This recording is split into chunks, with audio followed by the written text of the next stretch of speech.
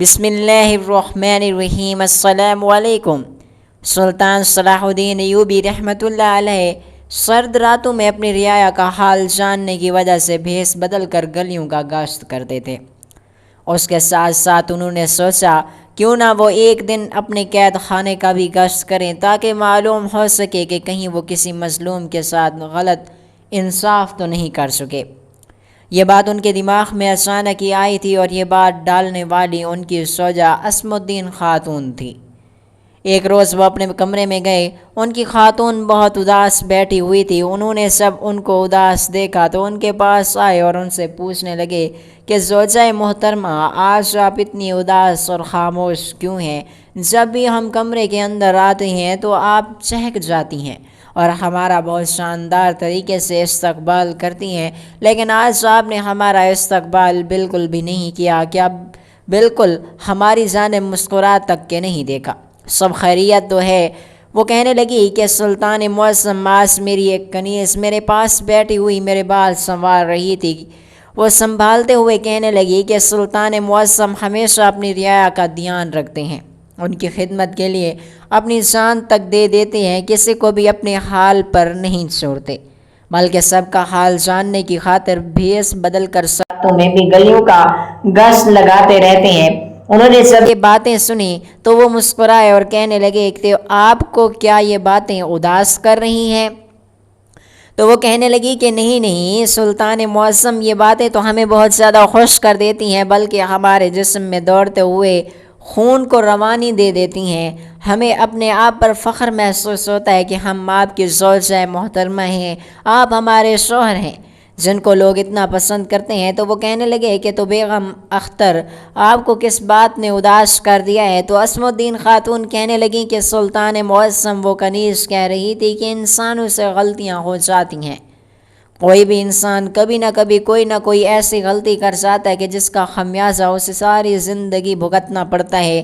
سلطان معظم بھی ایک انسان ہی ہے اور ان سے بھی کوئی نہ کوئی کبھی نہ کبھی ایسی غلطی تو ضرور ہوئی ہوگی، یقیناً کبھی نہ کبھی ان سے ایسا تو ہوا ہوگا کہ وہ کسی مظلوم کو بے وجہ ہی سزا دے چکے ہوں۔ بنا اس کی بات سنے یہ بات سن کر سلطان صلاح الدین ایوبی رحمۃ اللہ علیہ کہنے لگے کہ نہیں زوجہ محترمہ، میں نے کبھی بھی کسی کی بغیر بات سنے اس کو سزا نہیں سنائی، بلکہ میں پورے معاملے کی تحقیقات کرتا ہوں۔ لیکن میرے دل میں بھی یہ خیال آیا کہ کیا پتہ آپ سے کبھی ایسا کچھ ہو گیا ہو جس کی وجہ سے آپ کے سامنے ایسا پیش کیا جا رہا ہو کہ وہ انسان ظالم ہے لیکن وہ انسان مظلوم ہو، اور آپ ناحق اس انسان کو سزا دے چکے ہوں۔ اس کی سزا تو آپ کو ملے گی اگر آپ نے ذرا بھی کسی کے ساتھ غلط ناانصافی کر دی ہوگی، یہی بات ہمیں پریشان کر رہی ہے۔ یہ بات سن کر سلطان معظم کو ایک دم ہی جھٹکا سا لگا تھا اور وہ بالکل ہی خاموش ہو گئے تھے۔ ان کے دماغ میں یہ بات کسی تیر کی طرح لگی ہوئی تھی، ان کے دماغ میں یہ بات کبھی نہیں آئی تھی، لیکن آج ان کی بیوی کا اس طریقے سے انہیں اچانک سے بولنا ٹھٹکنے پر مجبور کر رہا تھا۔ ایسا کبھی نہیں ہوا تھا، لیکن آج ان کی بیوی نے جس طریقے سے انہیں درست کرنے کی خاطر بولا تھا وہ ان کے دماغ پر لگ گیا تھا۔ انہوں نے فوراً ہی آج فیصلہ کر لیا کہ وہ آج کی رات بھیس بدل کر اپنے قید خانے کا چکر لگائیں گے اور وہاں جا کر دیکھیں گے کہ کہیں ان سے واقعی کوئی ایسی غلطی تو نہیں ہو گئی جس کی وجہ سے ان کی رعایا تکلیف میں ہو، یا پھر کوئی قیدی بہت زیادہ تکلیف میں ہو جو وہاں پر قیام نہ کر رہا ہو۔ انہوں نے یہ بات وزیر کو بتائی تو وزیر نے بھی ان کے ساتھ جانے کی ضد کی، لیکن سلطان معظم نے کہا کہ میں گلیوں میں گشت کے لیے نہیں جا رہا ہوں، میں اپنے ہی محل کے قید خانے میں جا کر لوگوں کو دیکھنا چاہتا ہوں۔ لیکن وزیر کی ضد کرنے پر ان کی رضامندی دینی پڑی اور وہ دونوں ہی سپاہیوں کا بھیس بدل کر قید خانے میں اندر چلے گئے۔ وہاں موجود سارے سپاہی اور وہاں کی قیدی عورتیں اور قیدی مرد یہی سمجھ رہے تھے کہ یہ کوئی سپاہی ہے جو گشت کے لیے آیا ہوا ہے اور لوگوں کو دیکھ رہا ہے کہ وہ لوگ صحیح طریقے سے یہاں پر رہ رہے ہیں یا پھر لڑائی جھگڑے کر رہے ہیں۔ اس وجہ سے سارے لوگ ہی تمیز کے ساتھ بیٹھے ہوئے تھے، وہ چلتے جا رہے تھے۔ وہ ایک کونے میں جیسے ان کی نظر پڑی تو وہ چند پل کے لیے بالکل ہی ساکت ہو گئے۔ کیونکہ اس عورت کی حالت انہیں بالکل بھی ٹھیک نہیں لگ رہی تھی۔ وہ ایک حاملہ عورت لگ رہی تھی، وہ بھی کوئی 2 یا 3 مہینے کی نہیں بلکہ 7 سے 8 مہینے کی۔ انہوں نے ایک نظر اس عورت کی جانب دیکھا اور وزیر کی طرف جھکتے ہوئے کہنے لگے کہ وزیر، یہ عورت کون ہے اور اس کی یہ حالت کیسے ہوئی؟ یہاں پر تو کسی بھی مرد کو آنے جانے کی کوئی اجازت نہیں ہے، تو پھر اس کی یہ حالت کون کر سکتا ہے؟ جب کہ یہ عورت یہاں پر آئی تھی تو یہ حاملہ تو نہیں تھی۔ وزیر نے بھی یہ بات سنی اور سر اس بات پہ ہلایا اور کہنے لگے کہ سلطان معظم، آپ بالکل درست فرما رہے ہیں۔ یہ عورت مجھے بھی اچھے طریقے سے یاد ہے، جب یہ یہاں پر آئی تھی تو یہ حاملہ نہیں تھی بلکہ یہ تو ایک سادہ سی عورت تھی، لیکن اس کو دیکھ کر یہی بات کا گمان ہوتا ہے کہ یہ ایک حاملہ عورت ہے۔ سلطان نے اس عورت کی جانب دیکھتے ہوئے دھیرے دھیرے سے کہا کہ یقیناً یہ حرکت کسی سپاہی کی ہے، اور مجھے حیرت ہے کہ کس کے اندر یہ ہمت آ گئی کہ میری سلطنت میں کام کرتے ہوئے وہ یہ حرکت کر رہا ہے۔ انہوں نے یہ بات بولی اور تیز تیز قدموں سے محل کے اندر آ گئے۔ ان کے غصے کا گراف بہت زیادہ بڑھ چکا تھا، ان کا بس نہیں چل رہا تھا کہ وہ وہاں موجود تمام سپاہیوں کو اپنے ہاتھ سے ختم کر دے، لیکن وہ یہ بھی نہیں کرنا چاہتے تھے کیونکہ وہ کسی بھی بے قصور کو سزا دینے کے حق میں نہیں تھے۔ وزیر ان کو دیکھ رہا تھا جو بہت بے چینی کا شکار نظر آ رہے تھے۔ وزیر تحمل زدہ لہجے میں کہنے لگے کہ سلطان معظم، آپ کو اتنا غصہ نہیں کرنا چاہیے، یہ آپ کی صحت کے لیے بالکل بھی درست ثابت نہیں ہوگا۔ آپ کو چاہیے کہ تمام سپاہیوں کو دربار میں حاضر کروائیں اور اس کے بعد ان سے پوچھیں کہ آخر یہ ظالم کون ہے جس نے یہ حرکت کی ہوئی ہے۔ سلطان نے جب یہ بات سنی تو وہ کہنے لگے کہ میں کسی پر بھروسہ کروں نہ کس پر بھروسہ کروں، تمام لوگ اس بات سے انکار کر دیں گے کہ وہ ظالم نہیں ہے بلکہ انہوں نے کچھ بھی نہیں کیا، اور میں نہیں چاہتا کہ اس عورت کا مسلم اتنا آسانی سے میرے ہاتھوں سے بچ جائے۔ اگر وہ میرا کوئی سپاہی ہوا یا پھر باہر کا کوئی مرد ہوا جو زبردستی قید خانے میں گھس کر یہ حرکت کر گیا ہوگا، یقین مانو وزیر، میں آج اس کی ہستی مٹا دوں گا۔ اس انسان کا نام و نشان میں اس دنیا میں قائم نہیں رہنے دوں گا۔ وزیر نے یہ بات سنی اور سر اس بات میں ہلانے لگا اور اگلے حکم کا انتظار کرنے لگا۔ سلطان معظم نے ایک گہری سانس لی اور اپنی نشست پر بیٹھے اور وزیر کو حکم دیا کہ تمام سپاہیوں کو دربار میں حاضر کیا جائے۔ ان تمام لوگوں سے اس بارے میں دریافت کریں گے اور اگر کوئی بھی اس عورت کا مسلم نکلا تو اس کا آج سر قلم کر دیا جائے گا۔ وزیر فوراً ہی حکم بجا لایا اور تمام سپاہیوں کو دربار میں بلا لایا۔ سب لوگ خوف کے زیر اثر کھڑے ہوئے تھے، کسی کو بھی سمجھ نہیں آ رہا تھا کہ سلطان معظم نے اس وقت دربار کیوں لگایا ہوا ہے اور ان لوگوں کو یہاں پر کس وجہ سے یاد کیا گیا ہے۔ تمام درباری بھی اس بات سے ناواقف تھے، وہ لوگ بھی حیرت زدہ نگاہوں سے اس منظر کو دیکھ رہے تھے۔ انہوں نے کسی کو بھی سپاہی کو نہیں چھوڑا تھا۔ دروازے پر کھڑے ہونے والے سپاہی، قید خانے میں موجود جتنے بھی سپاہی ہیں، ان کی جنگ جانے میں والے تمام سپاہیوں کو انہوں نے بلا لیا۔ وہ آج کسی کو بھی بخشنے کے موڈ میں نہیں تھے۔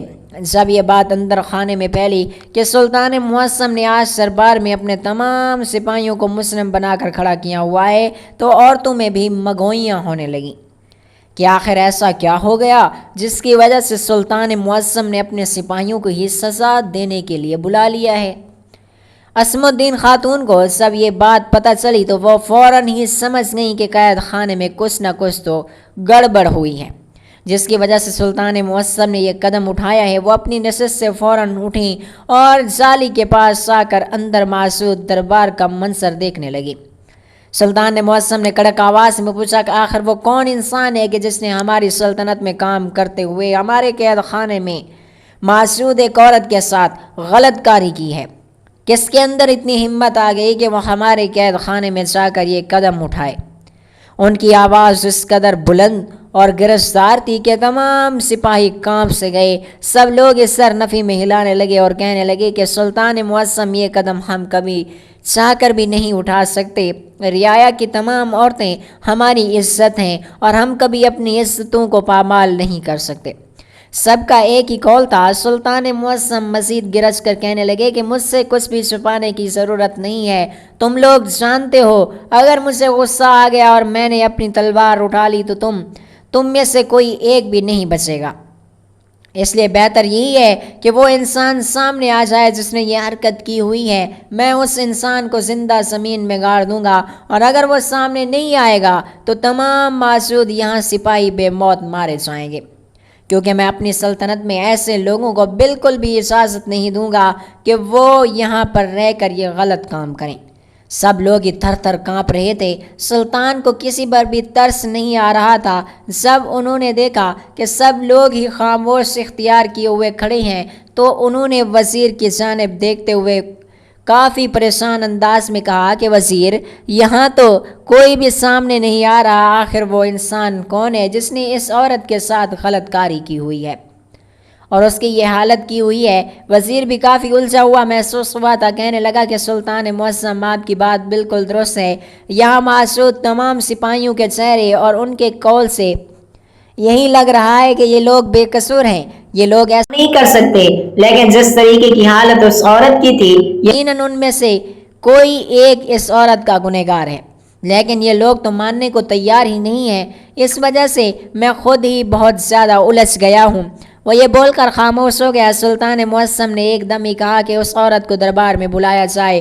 وزیر نے پریشان ہو کر کہا کہ سلطان معظم، اس عورت کی حالت اس قدر خراب ہے کہ وہ یہاں تک نہیں آ سکتی، لیکن سلطان کا ایک دفعہ گھور کر دیکھنے کی وجہ سے وہ فوراً ہی سنبھل گیا اور کہنے لگا کہ جی سلطان معظم، میں ابھی اطلاع کر کے اس عورت کو دربار میں بلاتا ہوں۔ وہ فوراً گئے اور اس عورت کے ہمراہ دربار میں حاضر ہو گئے۔ اس عورت کی آنکھیں بالکل بند ہو رہی تھیں، اس کی حالت کافی حد سے زیادہ خراب تھی۔ سلطان کو بے حد اس خاتون پر ترس آ رہا تھا۔ عصمت الدین خاتون نے جب یہ منظر دیکھا تو ان کے لیے بھی یہ کافی حیرت انگیز بات تھی، کیونکہ قید خانے میں کسی عورت کا حاملہ ہو جانا سب کو ہی حیرت میں مبتلا کر گیا۔ تمام درباری جو بیٹھے ہوئے تھے اطمینان کے ساتھ وہ لوگ بھی حیران ہو کر کھڑے ہو گئے کہ یہ کون سا منظر ہے، جبکہ وہاں موجود تمام سپاہیوں نے ایک دفعہ نظریں اٹھا کر اس عورت کی جانب دیکھا اور نگاہیں جھکا لیں۔ سلطان معظم اپنی نشست سے کھڑے ہوئے اور اس عورت کی جانب دیکھتے ہوئے پوچھنے لگے کہ اے عورت، ہوش کر اور اپنے مجرم کو پہچان۔ آج ہم تمہاری آنکھوں کے سامنے اسے مجرم کا سر قلم کریں گے جس نے تمہاری یہ حالت کی ہوئی ہے، تمہیں بنا نکاح کے حاملہ کر دیا، ہم کسی کو بھی معافی نہیں دیں گے، تم پریشان نہ ہو۔ لیکن وہ عورت کافی زیادہ بیمار تھی، انہوں نے فوراً ہی اس کے بیٹھنے کا انتظام کرایا اور ایک بار پھر پوچھنے لگے کہ حاملہ خاتون، تم ہمیں بتاؤ کہ آخر تمہارا مجرم کون ہے، ہم اس انسان کا ابھی سر قلم کریں گے۔ ان کا ایک بار پھر گرستا ہوا لہجہ اس عورت کی آنکھیں کھول گیا تھا، وہ سہمے ہوئے نگاہوں سے اس دربار کو دیکھنے لگی جو 1 سال پہلے یہاں پر آئی تھی اور ایک جرم کی وجہ سے اس کو قید خانے میں ڈال دیا گیا تھا۔ وہ کافی زیادہ سہم گئی تھی، وہ ڈرتے ہوئے کہنے لگی کہ سلطان معظم، میں نے کوئی گناہ نہیں کیا، میں نے وہ کیا تھا جس کی مجھے سزا دے دی گئی اور میں زندان میں میں نے ابھی کچھ نہیں کیا، مجھے معاف کر دیں۔ اس کا اتنا غمگین لہجہ دیکھ کر سلطان کو بہت افسوس ہوا۔ وہ ایک بار پھر پوچھنے لگا کہ عورت، تم ڈرو مت، میں تمہارے ساتھ ہوں، کوئی ظلم نہیں کروں گا، تمہیں کوئی سزا نہیں دی جائے گی، نہ تم پر کسی قسم کا کوئی جبر کیا جائے گا۔ تم ہمیں بتاؤ کہ آخر وہ انسان کون ہے جس نے تمہارے ساتھ یہ غلط کام کیا اور تمہیں حاملہ کر دیا ہے، ہم اس انسان کا سر قلم کریں گے۔ ان کا یہ بار بار جملہ تمام سپاہیوں کے ہوش اڑا چکا تھا، تمام لوگ ہی خوف سے زرد پڑے ہوئے تھے اور تھر تھر کانپ رہے تھے، کیونکہ وہ لوگ اچھی طرح سے سلطان معظم کو جانتے تھے، جب وہ بولتے ہیں وہ کر کے ہی دم لیتے ہیں، اور ان کے لہجے سے آج کسی کو بھی رعایت نظر نہیں آ رہی تھی، اور ان کا یہ کہہ دینا کہ اگر وہ مجرم خود سامنے نہیں آئے گا تو تمام سپاہیوں کا سر قلم کر دیا جائے گا، یہ بات تمام سپاہیوں کے رونگڑے کھڑے کرنے کے لیے کافی تھی۔ درباری اور عصمت الدین خاتون اور سلطان صلاح الدین ایوبی رحمۃ اللہ علیہ کی نگاہیں اس عورت پر ہی جمی ہوئی تھیں، سب لوگ اس کے جواب کے منتظر تھے۔ وہ نگاہیں نیچے کر کے کہنے لگی کہ سلطان معظم، جو ظلم میرے ساتھ ہونا تھا وہ ہو چکا ہے، اب میں کسی کو سزا دلوا کر کیا کروں گی؟ میری زندگی اچھلنی تھی وہ اچھل چکی ہے، میری عزت پامال ہونی تھی وہ ہو چکی ہے، اب میں کچھ نہیں چاہتی، میں اپنی جگہ پر رہنا چاہتی ہوں اور اس بچے کو دنیا میں لانا چاہتی ہوں۔ وہ عورت کافی سے زیادہ اداس نظر آ رہی تھی، شاید وہ زندگی جینے کی امید چھوڑ چکی تھی یا پھر اس نے اپنے آپ کو ایک خول میں بند کر لیا تھا۔ وہ اپنی عزت کو سانھنا نہیں چاہتی تھی، لیکن سلطان معظم اس کے گنہگار کو کسی صورت میں معاف کرنے کے ارادے میں نہیں لگتے تھے۔ انہوں نے ایک بار پھر کہا کہ اے عورت، تم بتاؤ آخر تمہارے ساتھ یہ سب کیسے ہوا؟ تو اس عورت نے سر اٹھا کر ان کی جانب دیکھا اور کہنے لگی کہ سلطان معظم، میں نہیں جانتی ہوں کہ ان میں سے کون میرا مسلم ہے، کیونکہ جب یہ آدمی میرے ساتھ غلط کاری کرنے کی کوشش کرتا تھا میں ہوش میں نہیں ہوتی تھی، میں حواس سے بیگانہ ہو جاتی تھی۔ نہ جانے وہ مجھے کیا نشہ اور مشروبات پلاتے تھے جس کو پیتے ہی میں حواس سے بیگانی ہو جاتی تھی، اور اس کے بعد جب مجھے ہوش آتا تھا تو میں اپنی عزت پامال کر چکی ہوتی تھی۔ میں نے کبھی بھی یہ کام اپنے ہوش میں نہیں کیا، اس وجہ سے میں اس انسان کا چہرہ نہیں دیکھ پائی ہوں، آخرکار کون ہے میرا مجرم؟ جب اس عورت نے دکھی لہجے میں یہ بات کہی تو سلطان اس سے زیادہ پریشان ہو چکے تھے۔ انہیں اس عورت کی بات بالکل بھی سمجھ نہیں آئی تھی، اب وہ بہت زیادہ الجھ چکے تھے۔ اتنے سارے سپاہیوں میں سے اس عورت کا مجرم ڈھونڈنا ان کے بس میں نہیں تھا۔ وہ پریشان ہو کر اپنی نشست پر سر پکڑ کر بیٹھ گئے تھے۔ انہیں سمجھ نہیں آ رہی تھی کہ آخر کون ہے وہ جس نے یہ کام کیا ہے۔ جب وزیر نے انہیں اتنا الجھا ہوا دیکھا تو تمام لوگوں کو واپس بھیج دیا اور اس عورت کو بھی زندان میں ڈال دیا گیا، لیکن اس کی جگہ اس کے لیے تھوڑا خاص کرم کر دیا گیا، کیونکہ وہ ایک حاملہ عورت تھی اور کسی بھی ایسی عورت کو سلطان معظم تکلیف دیتے نہیں تھے۔ سلطان معظم کافی الجھے ہوئے تھے۔ جب اپنے کمرے میں گئے تو ان کی بیوی دیکھ کر ان کو مسکرائی، ان کا استقبال کیا اور کہنے لگیں کہ سلطان معظم، ہم جانتے ہیں کہ آپ بہت زیادہ پریشان ہیں۔ آپ کی پریشانی کی وجہ وہ عورت ہے اور آپ اس کے گنہگار کو ڈھونڈ نہیں پا رہے۔ ان کی بات سن کر سلطان معظم نے تکلیف سے سر اس بات میں ہلایا اور کہنے لگے کہ اسم الدین خاتون، ایسا محسوس ہوتا ہے کہ جیسے اس عورت کے مجرم ہم ہیں، کیونکہ ہم نے اپنی قیدی کا دھیان نہیں رکھا، جس کی وجہ سے اس عورت کے ساتھ یہ ظلم ہو گیا۔ اگر ہم اس عورت پر دھیان رکھتے یا پھر اپنے قیدی رعایا پر بھی نظر ثانی کرتے تو آج اس عورت کے ساتھ یہ سب کچھ نہ ہوتا۔ ہم ابھی تک پہچان ہی نہیں کر پا رہے کہ آخر اس عورت کا مجرم کون ہے۔ اسم الدین خاتون نے ان کی بات سنی۔ وہ کہنے لگیں کہ سلطان معظم، جس عورت کے ساتھ یہ سب کچھ ہوا ہے اس کو بولیں کہ وہ ایک سپاہی کے قریب جائے اور محسوس کرے کہ کون اس کے قریب آیا تھا، اور جس نے بھی یہ حرکت کی اس کے ساتھ کی ہے اس کا سر قلم کر دینا چاہیے۔ یہ بات سن کر سلطان معظم نے کہا کہ میں آپ کی باتوں کا مطلب سمجھ نہیں پا رہا ہوں کہ وہ عورت سب کے قریب جا کر کیسے محسوس کر سکتی ہے۔ تو وہ کہنے لگیں کہ میں دعوے سے کہہ سکتی ہوں کہ وہ عورت اس انسان کو پہچان لے گی جو اس کے قریب آیا ہوگا، کیونکہ وہ عورت اپنے جسم پر موجود لفظ کو کبھی نہیں بھول پاتی جو اس کو تکلیف دے کر گیا ہو، یہ محبت دے کر۔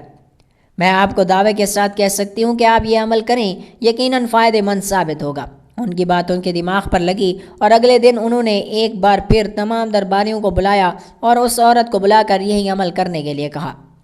اس عورت نے کافی پریشانی سے سلطان معظم کی جانب دیکھا، لیکن ان کے زور دینے پر وہ عورت یہ عمل کرنے لگی۔ لیکن جب وہ تمام سپاہیوں کے قریب سے گزر گئی تو اس نے سلطان کی جانب دیکھتے ہوئے کہا کہ سلطان معظم، مجھے ایسا کسی کے پاس جا کر محسوس نہیں ہوا ہے کہ کوئی میرے پاس آیا ہو۔ مجھے اچھے سے بے ہوشی میں بھی اس انسان کی خوشبو یاد ہے۔ ان میں سے کوئی بھی شخص نہیں ہے جو میرے قریب آیا تھا۔ سلطان معظم پریشان ہوئے اور انہوں نے فوراً وزیر کی جانب دیکھتے ہوئے کہا کہ یہ تمام سپاہی ہیں یا پھر ان کے علاوہ بھی کوئی موجود ہے جو یہاں پر موجود نہیں ہے۔ ان کی بات سن کر وزیر کہنے لگے کہ سلطان معظم، یہ تمام لوگ یہاں پر ہیں، بس ایک سپاہی یہاں موجود نہیں ہے جس کی طبیعت کچھ مہینوں سے خراب ہے۔ وہ اپنے کمرے میں آرام کر رہا ہے، اسی وجہ سے وہ یہاں پر موجود نہیں ہے۔ یہ سن کر سلطان معظم یکدم اٹھے اور اس عورت کے ہمراہ اس جگہ پہنچ گئے جہاں پر وہ آدمی زندگی بسر کر رہا تھا۔ وہ آدمی ڈھال ہو کر اپنے بستر پر گرا ہوا تھا۔ انہوں نے حکم دیا کہ عورت، تم اس آدمی کے پاس جاؤ اور اس کو محسوس کرو کہ یہ تمہارے قریب آیا تھا۔ وزیر اور اس عورت نے سلطان کے سارے پریشان نگاہوں سے دیکھا، کیونکہ اس آدمی کی حالت اتنی زیادہ خراب تھی کہ ان دونوں کو ہی اس پر ترس آ رہا تھا۔ وہ عورت کہنے لگی کہ سلطان معظم، مجھے نہیں لگتا کہ یہ انسان میرا گنہگار ہے، کیونکہ اس کی حالت تو پہلے ہی بہت زیادہ خراب ہے۔ یکدم ہی سلطان اس آدمی کی جانب دیکھتے ہوئے کہنے لگے کہ ہو سکتا ہے یہی تمہارا گنہگار ہو، تم بھی کچھ مہینے کی حاملہ ہو اور یہ بھی کچھ مہینے سے بیمار ہے، کیا پتہ اللہ پاک اپنا عذاب اس پر نازل کر چکا ہو اور اس کی یہ حالت ہو گئی ہو۔ انہوں نے اپنی تلوار اس عورت کی جانب بڑھائی اور کہنے لگی کہ تم جاؤ اور محسوس کرو، اگر یہ آدمی تمہارے قریب آیا تھا اور یہی تمہارا مسلم ہے، اگر تمہیں ایسا لگتا ہے تو اس کا سر اسی وقت قلم کر دینا۔ میں اپنی رعایا میں اس انسان کو پناہ نہیں دینا چاہتا، سمجھوں گا جو میرے قید خانے میں ایک عورت کو حملہ کر کے اس کے ساتھ غلط کاری کرے۔ ان کا لہجہ ہر احساس سے عاری تھا۔ وہ عورت تلوار تھام کے قدم بقدم آدمی کی جانب گئی اور اس کو قریب سے محسوس کرنے لگی۔ اس کے چہرے کی رنگت بدل چکی تھی۔ اچانک ہی اس عورت نے اس آدمی کا ہاتھ پکڑا اور اچھے سے اپنے چہرے پر لگانے لگیں۔ یہ عمل وزیر کے لیے بہت حیرت انگیز تھا، جبکہ سلطان معظم بالکل اطمینان سے کھڑے ہوئے سب تماشا دیکھ رہے تھے۔ اچانک اس عورت نے اس تلوار کو بلند کیا اور اس کا سر دھڑ سے الگ کر دیا۔ اس کو بالکل یہ کرتے ہوئے رحم نہیں آیا تھا، بلکہ اس کی آنکھوں میں ایک الگ ہی جنون تھا۔ وہ سلطان معظم کی جانب دیکھتے ہوئے کہنے لگی کہ سلطان معظم، آپ درست فرما رہے ہیں، اس کا لمس میرے جسم پر تھا، مجھے محسوس ہو گیا تھا کہ یہی میرا گنہگار ہے، اس نے ہی میری روح کو جھنجھوڑا تھا، اس کی خوشبو بھی مجھے ابھی تک یاد ہے جو میرے جسم میں بس چکی ہے۔ میں آپ کی شکر گزار ہوں جو آپ نے مجھے اس قابل سمجھا کہ میرے گنہگار کو ختم کر دیا۔ میں آپ کا یہ احسان زندگی بھر نہیں بھولوں گی۔ اس کے لہجے میں کیا کچھ نہیں تھا، تشکر، اپنی زندگی پا لینے کی سمک۔ وہ عورت اس آدمی سے دور ہوئی اور سلطان کے برابر میں آ کر کھڑی ہو گئی۔ سلطان معظم نے فوراً حکم دیا کہ اس عورت کو آرام دہ جگہ میسر کی جائے اور اس کی سزا کو ختم کیا جائے۔ وہ عورت بہت زیادہ حیران نگاہوں سے سلطان کی جانب دیکھ رہی تھی۔ وہ عورت کی طرف دیکھ کر کہنے لگے کہ ہمیں معاف کرنا، ہم تمہاری حفاظت نہیں کر پائے، لیکن ہم تمہارے مسلم کو انتہا تک پہنچا چکے ہیں اور تمہاری سزا اس لیے ختم کر رہے ہیں کیونکہ اب تم ایک ماں بننے والی ہو اور ایک ماں کبھی بھی مسلم نہیں کہلانی چاہیے، تم آزاد ہو۔ آج کے اس واقعے سے دوستو یہ ثابت ہوتا ہے کہ عورت کی ایک چھٹی حصہ بہت اچھی ہوتی ہے۔ کبھی بھی کسی بھی عورت کو ایسا تصور نہیں کرنا کہ اسے نشہ آور چیز دے کر اس کے قریب جاؤ گے تو وہ تمہیں پہچان نہیں پائے گی۔ عورت کے اندر یہ قابلیت اللہ تبارک و تعالیٰ نے پہلے سے ہی ڈالی ہوئی ہے کہ کوئی اگر اس کی غلط نگاہوں سے دیکھتا ہے تب بھی وہ اس انسان کو پہچان جاتی ہے۔ مزید ویڈیوز کے لیے ہمارے چینل کو سبسکرائب کریں۔ شکریہ، اللہ حافظ، اللہ تعالیٰ ہم سب کا حامی و ناصر ہو، جزاک اللہ۔